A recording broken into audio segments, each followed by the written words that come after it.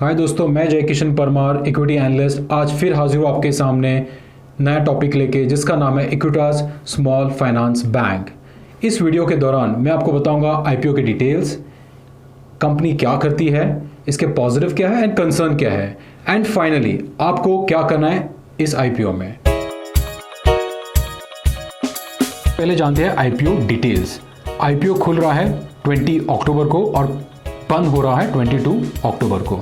IPO का price band decide किया गया है 32 से 33 रुपीज़। आईपीओ का साइज है 518 करोड़, इसमें से 280 करोड़ फ्रेश इक्विटी है एंड बाकी का ऑफर फॉर सेल है जहां पे प्रोमोटर अपने शेयर्स बेच रहा है।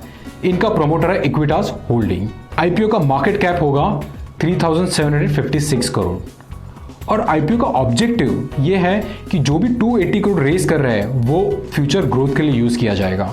और दूसरा ऑब्जेक्टिव है जो भी इनका आरबीआई का रिक्वायरमेंट मीट करने के लिए ये अपनी कंपनी एक्सचेंज में लिस्ट कर रही है। आफ्टर आईपीओ प्रोमोटर का होल्डिंग 95% से गिर के 82% हो जाएगा। अब बात करते हैं कंपनी और उसके बिजनेस मॉडल की। इक्विटास पहले माइक्रो फाइनेंस कंपनी था और 2015 में आरबीआई ने उनको स्मॉल फाइनेंस बैंक का लाइसेंस अप्रूव किया है। As per the CRISIL, Equitas is the number 1 bank in small finance bank in terms of retail outlets and second bank in terms of AUM and deposit। अब हम बात करते हैं इसके बिजनेस मॉडल की। सभी बैंकों की तरह इक्विटास भी लोन देती है और डिपॉजिट लेती है, बट जो बड़ा फर्क है वो ये है कि इनकी एवरेज टिकट साइज बहुत छोटी होती है। ये लोन देती है जैसे कि व्हीकल फाइनेंस लोन देती है, एमएसएमई लोन और micro loan to the individual. अब हम बात करते हैं कंपनी के पॉजिटिव्स के।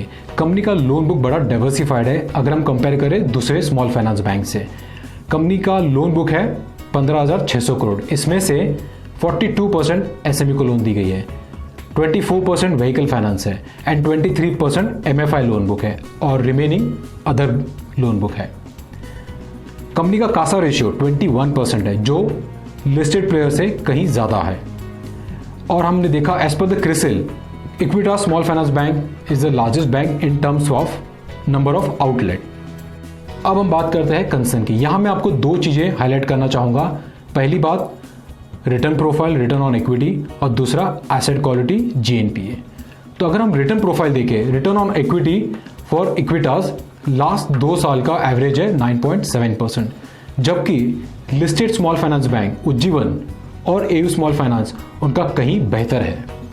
अगर मैं बात करूं asset quality, gross non performing asset, Equitas small finance bank का लास्ट 3 ईयर का एवरेज 2.7% है, जबकि लिस्टेड प्लेयर उज्जीवन का 1% था, एयू स्मॉल फाइनेंस का 1.7 है। ये क्लियरली दिखाता है कि इक्विटास का एसेट क्वालिटी में कहीं ना कहीं इशू है।